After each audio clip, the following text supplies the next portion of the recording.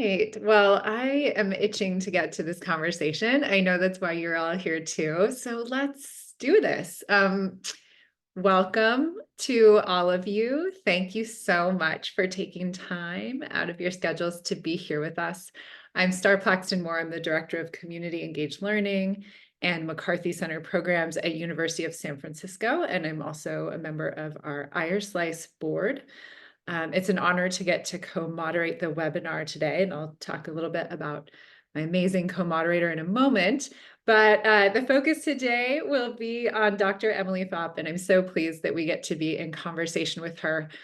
Emily has been such a thoughtful and active presence in our field for years, and actually played a crucial role in the origins of this endeavor, the Dissertation Dish series. So it's kind of exciting to have it come full circle and have her be featured here today. I just want to take a moment to provide a little background on the webinar series in case you haven't attended a previous session. If you have, this is going to sound very familiar. The Dissertation Dish is a collaboration between International Association for Research on Service Learning and Community Engagement, also known as IRSlice, Lead California, and Give Pulse, who's our newest partner, and we're so thrilled and grateful to have them collaborating with us. And I also just want to shout out that our former partners, Imagining America, were so instrumental in getting this up and running too. So we appreciate the role that they played. And Dissertation Dish webinars are really meant for all audiences, from seasoned scholars to practitioners to graduate students.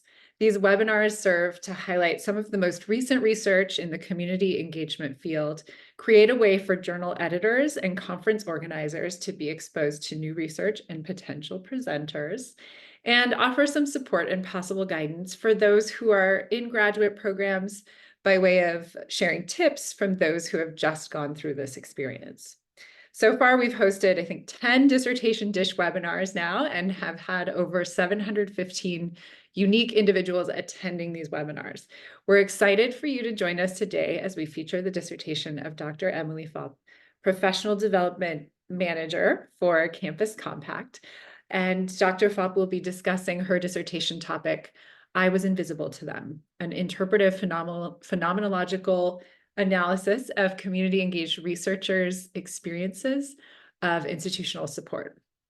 After the presentation, I will work with my delightful, amazing, brilliant co-moderator, Dr. Elaine Ward, who is the Associate Professor of Higher Education at Merrimack College, a Carnegie Elective Classifications Research Lab Coordinator with the American Council on Education, and an Equity and Engagement Fellow with Campus Compact. So she brings so much to the table, as I think probably most of you already know. You're quite familiar with her career and the impact she's made. And so the two of us will get to facilitate the Q&A a little bit later. And then finally, for those who can stick with us past the first hour, we hope you'll join the informal conversation with Dr. Phaup, where you can just kind of dig more into any part of her research that you want to explore further. We also have a few logistical items before we begin. So please, if you can, rename yourself by clicking on the three dots in the upper right corner of your video image. I think everyone knows how to do that, just to make sure that you have your name, your organization or institution, and then also sharing your pronouns. We recommend that you select speaker mode in your Zoom panel because there are a lot of folks on the call, so this will keep the speaker front and center. Kindly keep yourself muted during the presentation, and if you have questions that come up as you're learning about Emily's research, please be sure to put those in the chat, and Elaine and I will work together to keep track of those and come back to them later during the Q&A. And let's see, lastly, just a reminder that we are recording this webinar and it'll be available to you within a few days on Lead California's YouTube channel. So we'll send out the link by email later on. And with that, I'll welcome my co-moderator, Dr. Elaine Ward, to introduce herself and our Dissertation Dish speaker. Thank you, Star, and thank you, Brian, and Give Pulse and the International Association for Research on Service Learning and Community Engagement. IRSlice has been my professional home for more than 14 years now. And I can't say how, so thrilled and how proud I am to be here today, because my journey started as a graduate student with IRSlice all of those years ago. And I remember presenting my research at one of the conferences. And so I'm really, really happy about IRSlice's commitment and continued commitment to graduate student development, not only while they're graduate students, but after they have finished their formal studies, and then we become colleagues and co-creators in this work in the field. It is my greatest pleasure to introduce Dr. Phaup formally. Congratulations, Emily. And in her service to the field, Emily has served as the 2023 IRSlice Grad SN Chair. So big kudos to Emily for her service back to her graduate student colleagues. And I see some of you are in the room today. Emily currently serves as the Professional Development Manager at Campus Compact, and in this role, she supports civic and community engagement practitioners seeking to enhance their skills, knowledge, and critical commitments in ways that emphasize equity and yield better outcomes for students, institutions, and their communities. And prior to joining Campus Compact, Emily led the Northwest Consortium for Community Engaged Learning from Whitman College and served rural Oregon communities as an extension professional in positive youth development. Emily has a master's degree in sustainable communities from Northern Arizona University. And again, another round of applause, received her PhD in education, free choice learning from Oregon State University in 2022. And so if we were in a room together in person, we'd hear a big round of applause as we say, Emily, thank you for sharing your expertise with us today. And we want to welcome you to the front stage as you share your research with us. Welcome, Emily. Thank you so much. Such a nice introduction. I am going to pull up my slides. I think I should be sharing now. Okay, well, thank you. Thanks so much, everyone, for being here. It really means a lot to me to see you all in the room, especially because I've been participating with Dissertation DISH the last couple of years and learning from the great work of dishers who have presented before me. So it's really cool to be here as the presenter today.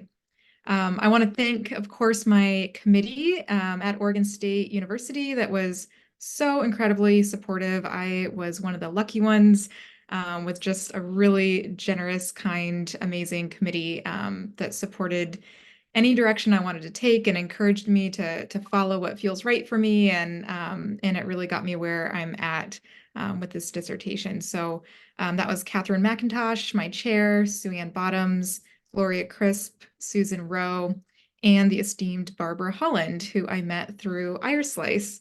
I also really want to thank the Dissertation DISH committee for just giving this opportunity to grad students and allowing us to spotlight our work on such a large scale, which doesn't always happen. So thank you so much to Elaine Ikeda and the rest of the team for pulling this all together.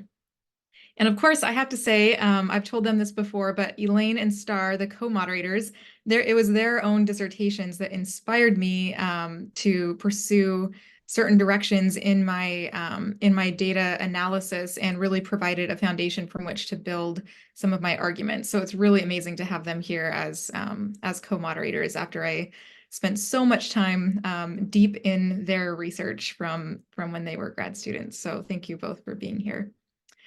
With that, title of my presentation is I Was Invisible to Them, an Interpretive Phenomenological Analysis of Community Engaged Researchers' Experience with Institutional Support. And that quote at the top was from one of my participants, and I think it really spoke to some of the experiences that were shared throughout from the participants themselves. So a quick overview. I think we're a small group, so I may spend a little more than my allotted 20 minutes sharing, because how do you pull 250 pages into 20 minutes? It's kind of tough. So I think I'll be as brief as I can, but we might be a little more than 20 minutes. So I'll start with an introduction and share the significance and purpose of my work and the research question. And then I'll keep the literature review relatively brief because I think this audience is familiar with kind of the foundational literature, but I'll share some about engaged scholars and support for community engagement on campuses. And then my methodology, which was phenomenology, and I'll share my data collection and analysis methods. And then the fun part, my findings, I'll tell you about my participants and a lot of the cross-cutting themes that I found in their transcripts and discussion. So key arguments, implications, limitations, and future research.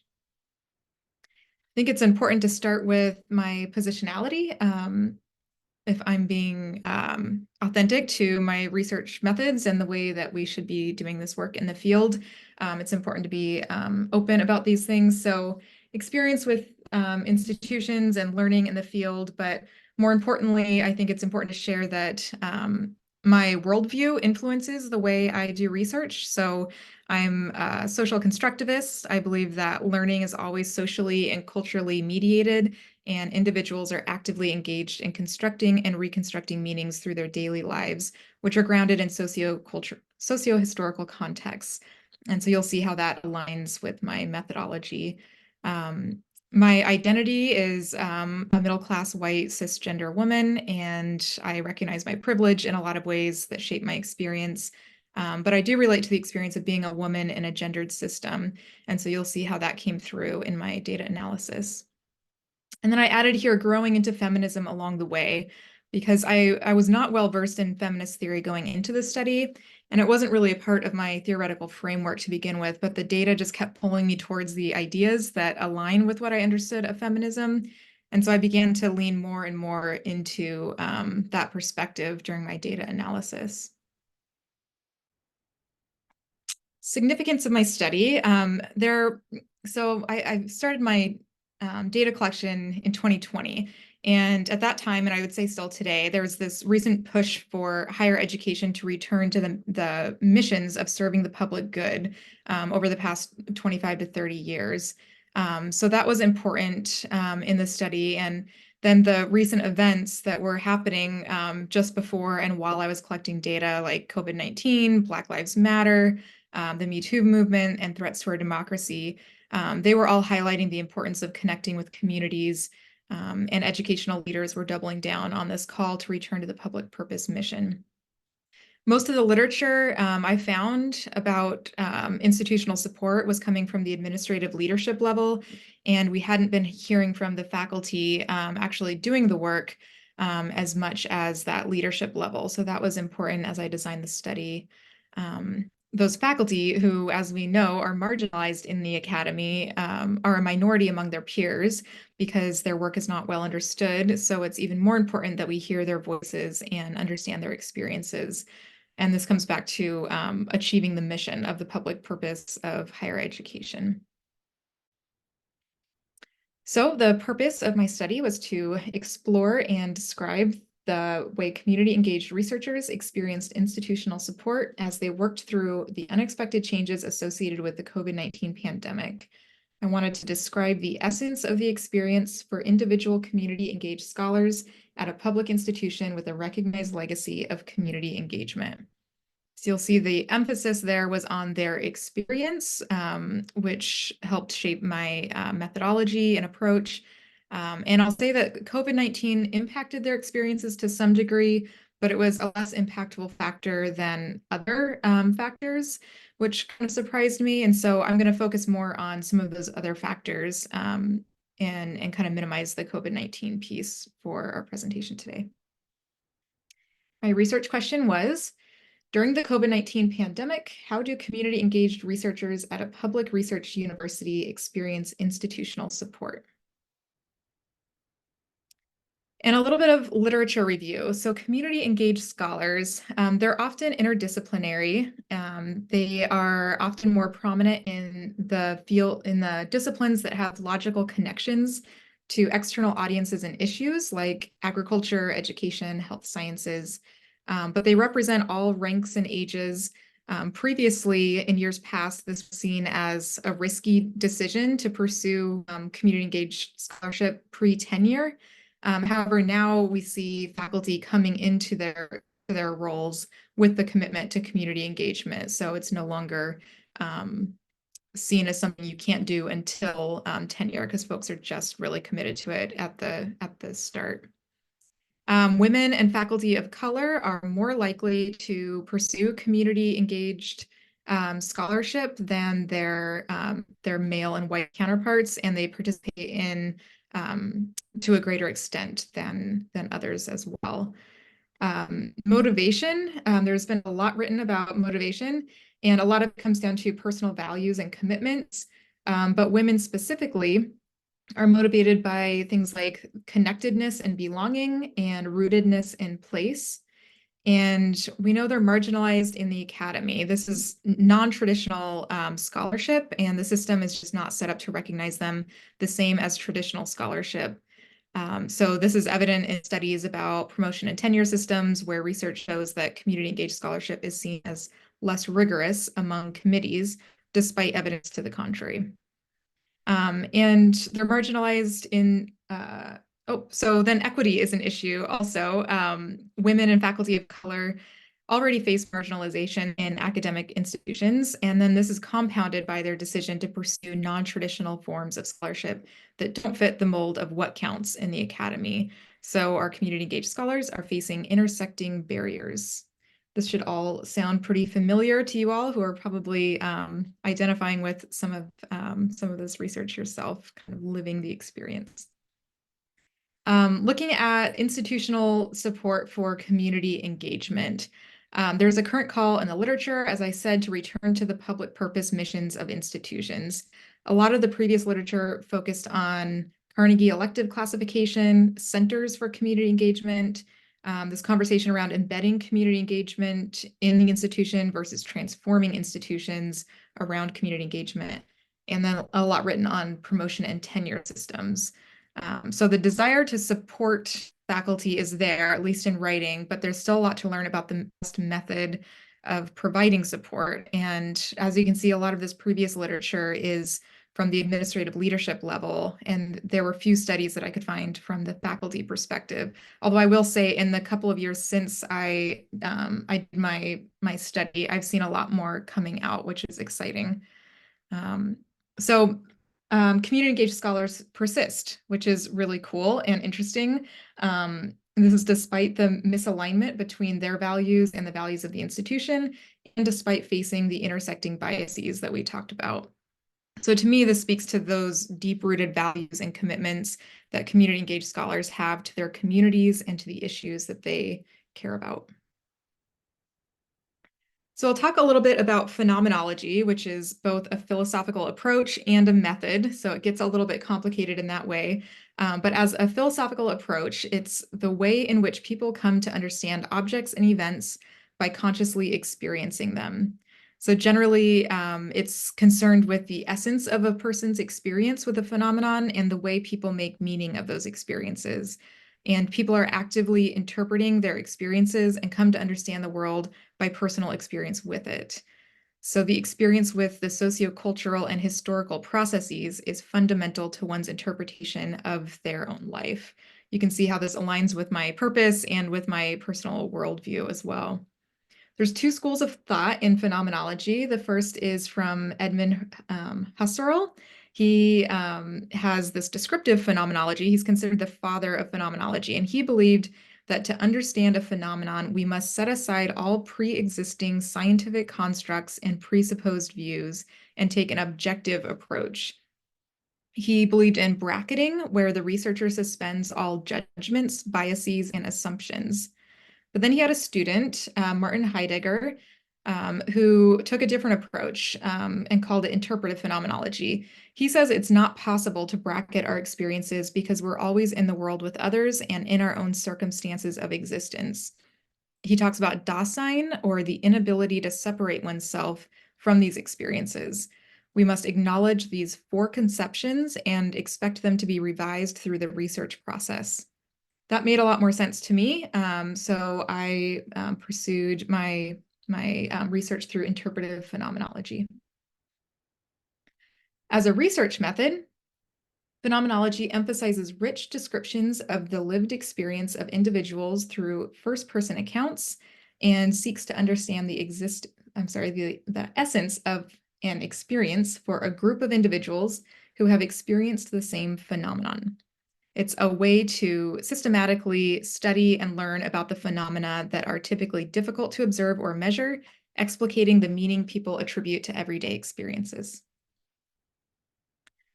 Onto my data collection. So the study site I chose was a public broad access institution in the Pacific Northwest with a legacy of community engagement at the institutional level. This was not Oregon State or any of the other institutions that I've been involved with, which was pretty cool. I didn't have a lot of pre-existing knowledge or experience with this institution. My participant parameters were full-time faculty position, scholarship that's been primarily community engaged, and research that continued through the 2020 pandemic. And my interview procedures were semi-structured interviews virtually because of the pandemic conditions. And I did 2 interviews each, lasting maybe 1 to 2 hours for each of those interviews. I use interpretive phenomenological analysis, or IPA, for my data analysis. The purpose of IPA is to explore in detail how participants are making sense of their personal and social world with close attention to the meanings particular experiences and events hold for participants. So you can see the hermeneutic circle there is a revisionary process, and the steps were to read and write exploratory notes, formulate experiential statements, find connections and cluster those statements, and then compile a table of personal experiential themes. And I'll show you a little bit of my data in a moment. These are my participants with pseudonyms, of course, and in the order of when I interviewed them. So first I met Susan. She's an associate professor, non-tenure track in art, and she'd been there for 15 years. She says, "I've got my people." Her experience is really marked by relationships with colleagues and with her community partners. She talked frequently about those really meaningful relationships. And then Carol is a research associate, non-tenure track in environmental studies, and she'd been there for 6 years. She says, "When you're soft-funded, you're just cast to the wolves." She's also the one that had that quote in the title of my presentation. So she really struggled with not really being in a department, feeling very isolated and excluded, and really struggling for resources and support. And then we have Stephen. He is a professor, tenured in architecture, and had been there for 12 years. And he says, "They allow me to do anything I want." He is in a position of privilege for a number of reasons. He is very well resourced, very well funded, very well supported, and talked very differently about his work than the other 4 women. Mary is an associate professor, non-tenure track in education, and had been there for 5 years. She says there's a difference between being tenure line and not, absolutely. So she kind of struggled with the departmental expectations of her as a non-tenure track faculty and the workload and trying to find time to do her community engagement work that meant a lot to her. And then Ashley is an associate professor, tenure track in social work, and had been there 3 years. She says, "There's a lot of privilege in feeling like the support I'm getting is enough." So she recognized the privilege that she had and the differences in her experience versus some of her colleagues' experiences, and was very open and self-aware about those things. So after the interviews, I broke up the data into 4 categories where they kind of naturally fell. This is kind of what you'd expect as far as resources. And then support means, this is sort of what I was after. This is, what does it feel like to be supported or not? And then the one I didn't expect to find that I added in here was support is influenced by. They talked a lot about factors at the institution or in their personal lives that really influenced whether they were supported or not. And then the COVID-19 context, I thought was important to acknowledge and to explore, but turned out to be less impactful than expected. So we'll start with support is. As you might expect, access to resources, funding, campus culture was really interesting. So, for example, Susan said, I think there's that distinguishing thing about being an access university. It makes us more integrated with the world. We're not such an ivory tower, and I think there are advantages to that.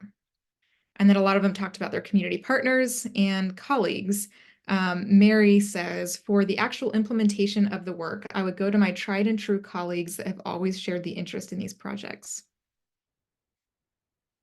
Support means stability or security.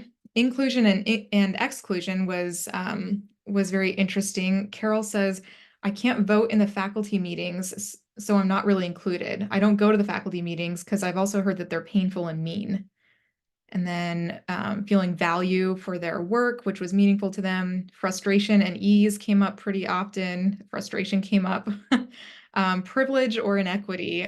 This is sort of an interesting comparison. Stephen said, I think that basically they allow me to do anything I want now. I mean, I could do pretty much anything. What are they going to do to me, you know?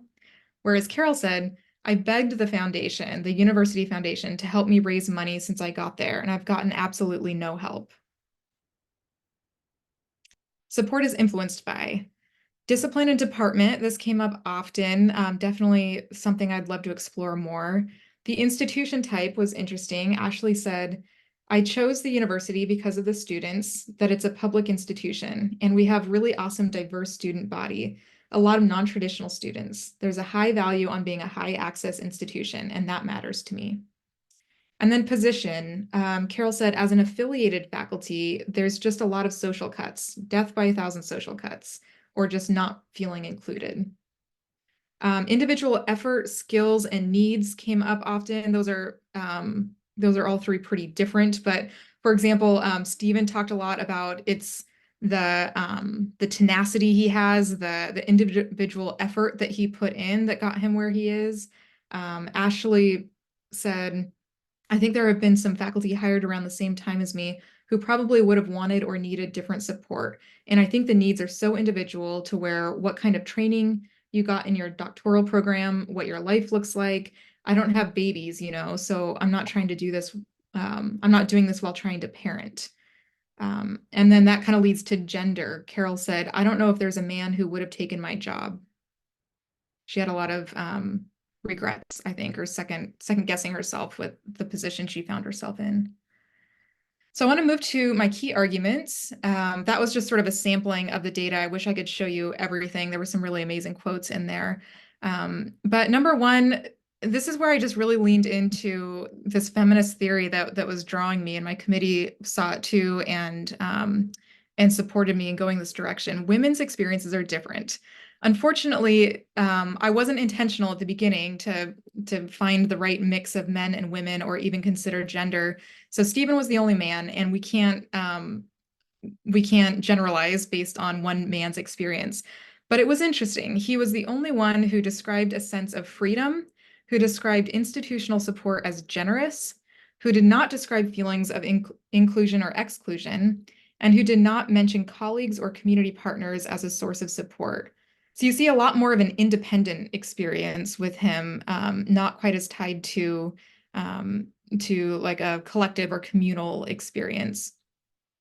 Stephen named institutional resource offices themselves, while the women named the individual staff members in those offices with whom they had relationships. This is when they're talking about resources and what kind of support they had. He also framed his work in terms of I, while women framed the women in this group framed their work in terms of we. So Stephen would say, I got this grant, I did this research project, whereas the women would say, we got a grant, we did the research. And then Stephen talked about his willingness to put in extra effort and having a certain focus as a reason for his success. This raised the question for me, are the women putting in less effort? Are they less focused? The data suggested the answer is no. The women in this study described their need to be scrappy, self-sufficient, and resilient to be successful. This contrast speaks to the intersecting biases experienced by women that I talked about earlier. So women need support that accommodates relationship building and facilitates a sense of belonging in their work environments. My second argument was that context matters, and this is one I could go really deep into, and I would love to explore more. The type of institution, for example. Well, I'll start by saying the contextual setting surrounding the faculty in the study influence their experiences with institutional support. The type of institution, they were often drawn to this university because it was a broad access institution with a history of community engagement, a diverse student body that wanted community engaged learning opportunities, and they felt grounded in the associated campus culture. Then looking at the disciplinary department, this includes the sociocultural conditions like inclusion or exclusion and sense of belonging, and logistical support. There was a big difference in logistical support in the department, or some of them had it in the department, and some of them had to go to institutional research offices and the foundation to get that support. Their faculty position type. The type of position supports or inhibits their ability to participate in community engaged research. Some had a sense of freedom, others restriction. Some were getting course buyouts, whereas others were taking on extra teaching loads. Some were fully funded versus others who were finding their own funding.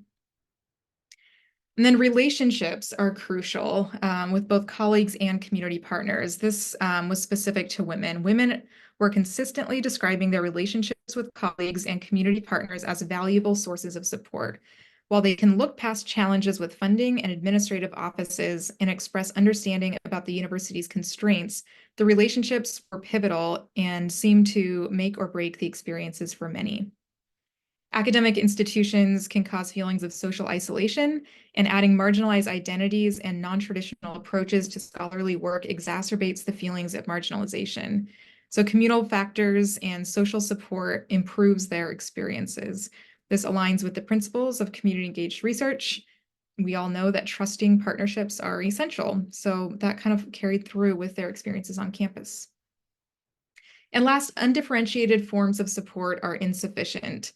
I really expected to find a common experience among just 5 people at one particular institution, but I was surprised by the variation among them.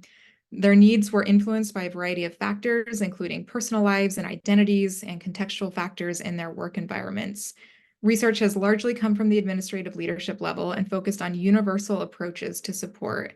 This study, from the faculty perspective, showed a need for more tailored forms of support that promotes equitable access, since it was clear that some have more privileged positionalities than others. So I would argue that a one-size-fits-all approach is insufficient and further perpetuates the systemic inequities that exist in our institutions. And on to implications. Number 1, invest time and resources in developing support at the departmental level. Department chairs set the tone in the department and should seek out opportunities to improve these systems and dynamics. Ashley's department was a great example with a research support infrastructure, a mentoring program, and positive social norms. Number 2, faculty opportunities for collaborative connections facilitate opportunities for collaborative connections among faculty. Institutional leaders could facilitate opportunities for relationships to develop outside the department. This is something they specifically were asking for.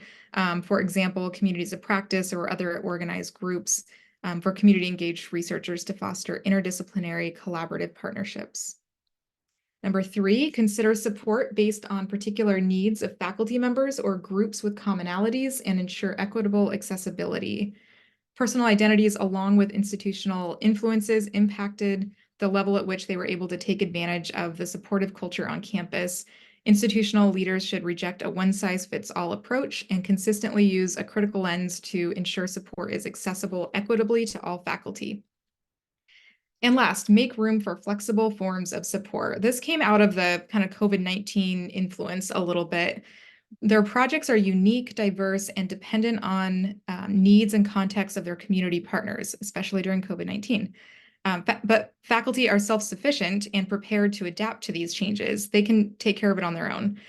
So while institutional leaders may not have the ability to anticipate these evolving needs, they should take a flexible approach that allows for independence and self-sufficiency. So the limitations, this was just a dissertation, so I had to keep it very small. I had to keep reining myself in. sample size was only 5 people. This is in accordance with the phenomenology methods. They like to keep it small so that you can go deep instead of broad, but it kind of limits the transferability there. Number two, limited participant demographics. I wish I would have collected more identity factors before I started. I was kind of kicking myself after. It would have been interesting to see what other identity pieces make a difference in their support. Recruitment was limited to community engaged research grant recipients. So I had a connection with somebody at this institution who was running a small like mini grant program. And so that's how I found my community engaged researchers. But with that, they already have some level of access to support. So I wonder about who else was on campus doing community engaged research without knowing about this grant or without receiving this grant opportunity. Number four, it was a broad access institution with a legacy of community engagement, which I think was a great place to start, but I'm definitely curious now about institutions that are newer in their journey towards institutionalizing engagement and other types of institutions as well. Which brings me to future research. I'm curious now about how this study would look different if it was at a large state school or a small liberal arts private college or a community college. Number two, influential factors in academic departments. I'd love to dive into that more because it seems to be a real focal point for whether their folks are feeling supported or not. It's what's happening in their academic departments. And then if I could do it over again, I would set out with feminist theory from the beginning. So I may want to do that in the future, do a similar project that is kind of squarely grounded in feminist theory. And that's all I have. I hope I didn't go too far over.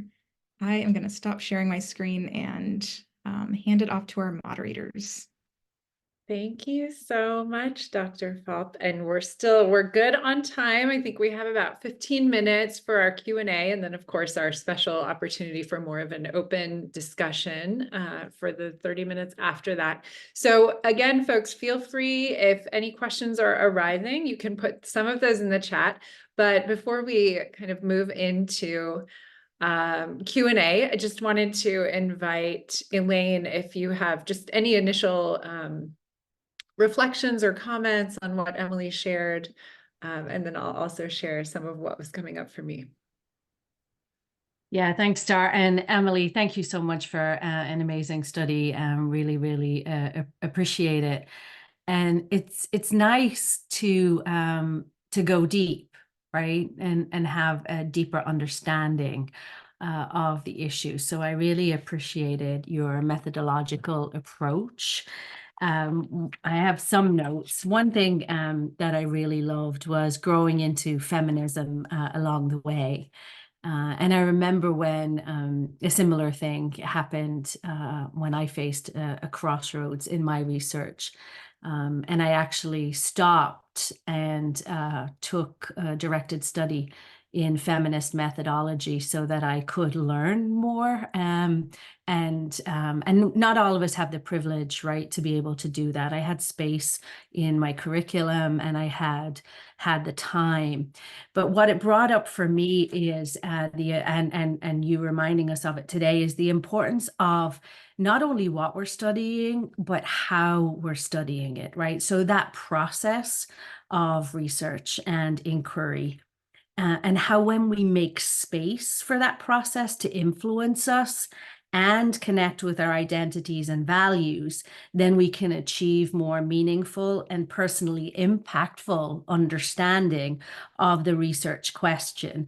And I think that can invigorate us, right? If we're open to that as researchers, open to the research path and process, I think it can sustain us, particularly in doctoral level research, when it's so intensive, but it's also so isolating and draining it can be, right?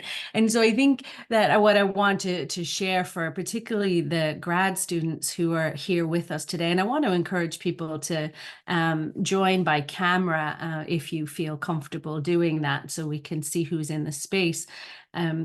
but how are we attending to the research process? And I was actually in a conversation with Dr. Buglioni this morning or earlier today about that very thing, right? How important it is for the researcher and for faculty advising the researchers to kind of help create that space for the process. So I really, really appreciate you and that quote of growing into feminism along the way, and that you allowed and permitted yourself to do that, right? Because then the research is very much connected to our personal identities and our values. And so I really, that really stood out. The research, your findings is reminding me of how often we're in the same cycle and the same conversations about how disconnected our institutions are from the real world, right? And as community engaged scholars who advocate for disrupting and dismantling hierarchies, how we constantly find ourselves within that hierarchical, patriarchal structure in our work. And so I'm seeing themes that are repeated like almost 15 years on from when I did my study. And that deeply saddens me, right? And so when we think of ourselves as a scholarly community who has grown and developed in so many ways over the last like 2 decades, where's the next stage of development for us as a field and for us who are placed within the academy? Where might we be able to make a dent that will more truly reflect the work that we're trying to do in and with communities? I really, really appreciate it. And Star, I'm going to hand it back over to you because I know that you might have a question on your mind. But Emily, amazing, amazing work. Thanks, Elaine. And we have some great questions in the chat. So I will just say from my own reflections, what I appreciate is that I think sometimes even the process of the research of having these conversations, I would expect feels like affirming and validating and supportive to folks who have otherwise felt invisible, as they say, right? And so I think there's some beauty in how the research process itself serves to like weave people together, to make them feel seen, to validate their stories and experiences, and to help them feel like they can be part of like making that bigger change, right? That their stories will be captured and processed and shared in such a way that we are, even if it's incrementally, trying to move towards better supporting and uplifting the work that folks are doing in community engaged scholarship. So really great questions coming in. I am going to start with Matthias had a question. So he said, you mentioned some movements, the Me Too movement, Black Lives Matter, as the context of your research. In which ways does that context appear in faculty discourse, and how does it connect with their perception of institutional support? Good question, Matthias. So I didn't do anything intentional around those movements and what was going on in the world. It just kind of came through organically as I was having interviews with folks. And I think the big thing was that their community partners were going through things. They were really affected by societal events and what was going on in the world, and they felt compelled to be there for them. And so all the institutional barriers, policies, everything that went on during that time to try to protect everybody wasn't going to stop the faculty. They had these longstanding relationships with their community partners, and so they were going to continue on. And that's why one of my findings was that we need to just make flexible forms of support available. Let the faculty figure out what they need to do instead of trying to dictate too much about resources allocation and how to support them. One of the things that came up was like access to gift cards. Like there's people in these housing units that need gift cards for their participation, but we can't get to them because they're locked in a safe in this person's office who doesn't come in anymore because of COVID. And like all these things kind of collided to make a lot of challenges come up where I think the faculty just felt really tied to their community partners and just wanted to help them through these things. So, so I can't say that it was a big influential factor in the way they were supported or not. I think it was just it highlighted the significance of our work and the close relationships that these faculty had, and that as institutional leaders, they should be doing whatever they can to support that good work that's happening out there as much as possible in flexible ways so they can take advantage of it. Great, thanks, Emily, and thanks, Matthias, for your question. I'm going to combine. Just lost it there. I'm going to combine Marilyn and Stephanie's questions because it's around COVID, Emily. Okay, and when COVID became part of your questions, was it like that when you began?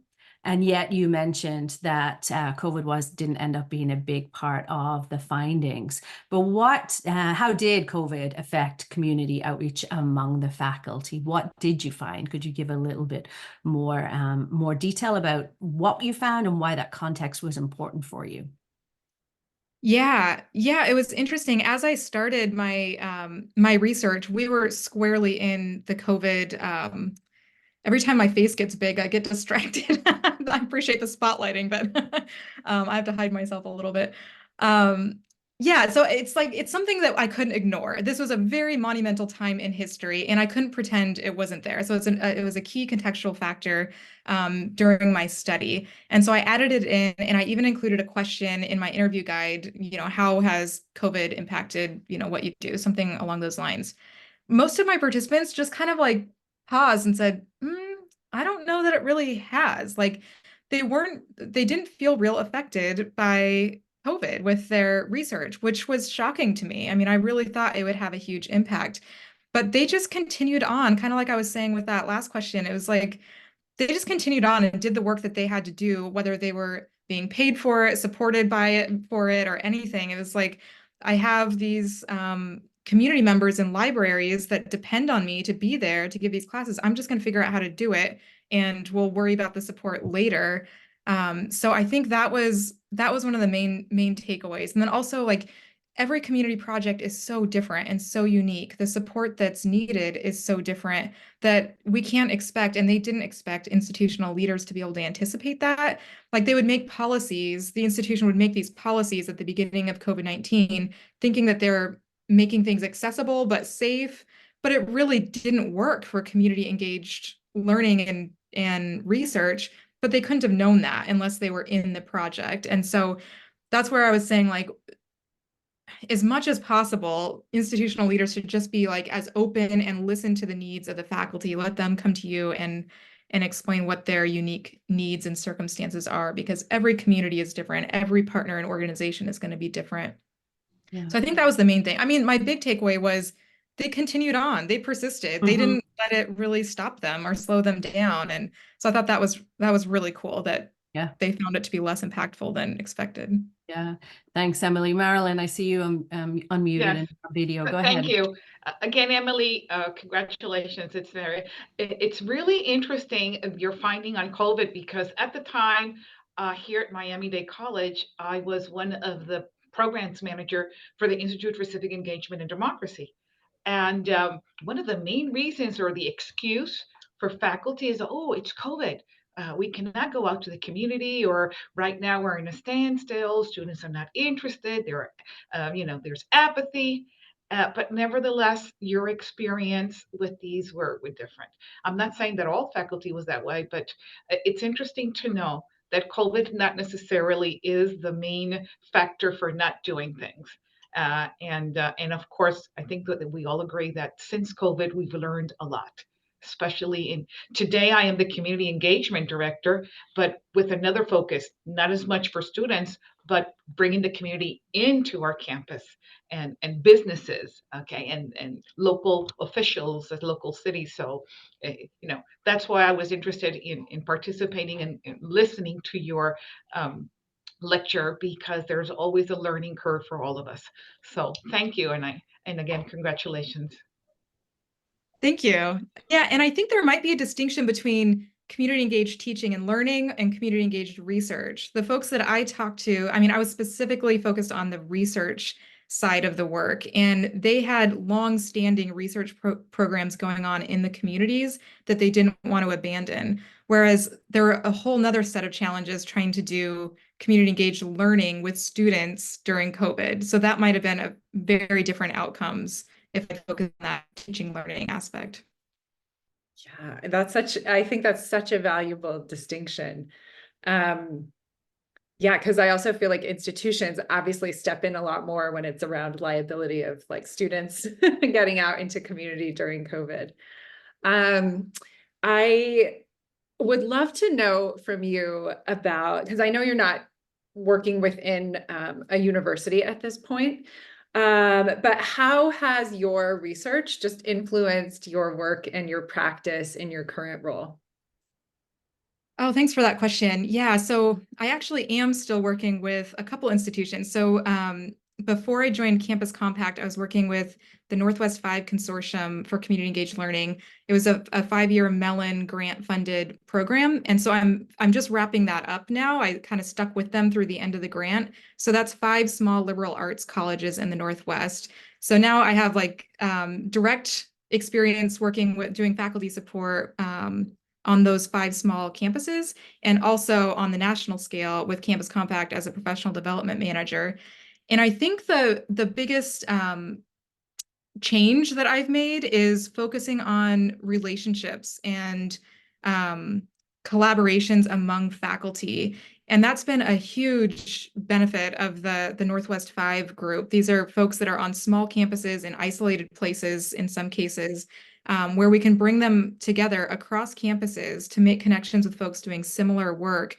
And it's been amazing to see the long-standing relationships that have developed out of that. So I've set up, right now there's a book club, and before we've done communities of practice or in-person retreats, and just being a little bit intentional about putting people in the same room together, I think has been really supportive. That's the feedback I've had, is like having colleagues to talk to and hearing about what's happening on their campus that we could replicate here, or commiserating, like, okay, it's not just me struggling with this, they are too on their campus. And I think that that's one of the benefits of Campus Compact is the programming is across the nation. And so you're bringing people together in these programs like ESI and the Engaged Scholars Institute and Changemakers and all these great professional development programs, coming from, from different campuses and different communities, and sharing experiences and building relationships. And so that was one of my big takeaways, I think, is that's like low-hanging fruit to me, is like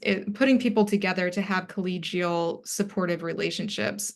Beyond that, some of my implications or recommendations for institutional leaders, I fear the questions of how do we do that, because some of those are hard to do, and making differentiated forms of support available to unique groups, like women need something different maybe, and faculty of color need something different maybe. Like, how do you do that? That's tough. So I haven't solved those problems yet. It's definitely something I keep in mind, though. The departmental context is another one. If I was on campus, I think I've become a lot more sensitive to people's experiences, and not expecting one experience to translate to another. Every department and discipline has different social norms and expectations, and so I think I've become more empathetic maybe about those things, and trying to be as supportive as I can. Yeah, that's beautiful. Fantastic. So I think this is a great opportunity for us to close out the first hour and then transition for anyone who can stick around. So thank you again, Emily, for a thoughtful presentation of your recent dissertation, and for fostering some great discussion, and during our Q&A, like having some really great insights that we could sort of make visible some of your thinking behind the research. And so this concludes our Q&A session. We still have another 30 minutes for a deeper discussion, but we understand if folks can't stay. Before we transition, just a few reminders that we are recording this webinar. It'll be available within a week on the Lead California YouTube channel. We'll send out the link as well. There will be a follow-up email coming to you from GivePulse, and it will have a link to the webinar evaluation. So we really hope you'll take time to fill that out so that you can give us feedback. The next dissertation dish, we're so excited to feature Dr. Rochelle Smar, who's the Director of Experiential Learning at the University of California, San Diego. And Dr. Smar's dissertation research title is Stories from the Field, Black Service Learning Student Experiences. More details and a registration link are, I think, forthcoming, and will be shared with anyone who's already registered for this webinar. And then we have a couple of other webinars, just in case you're interested, and there's QR codes right there, so you can easily sign up. Promising promotion and tenure reforms coming up on February 5th. On February 21st, introducing the Carnegie Community Engagement 2026 application. And then February 29th, Meet the Authors, Reframing Community Engagement in Higher Education, which is hosted by Lead California. And then finally, IRSlice just wants to invite you to save the date for our upcoming 2024 conference in October at University of San Diego. Come and be warm and learn with each other with a view of the ocean. And probably many of the great people here in this room. So for the next 30 minutes, so that concludes all of our announcements, and we're going to turn off the recording. I think we may have already done that, and we'll just transition into just open conversation with Emily. Thanks again.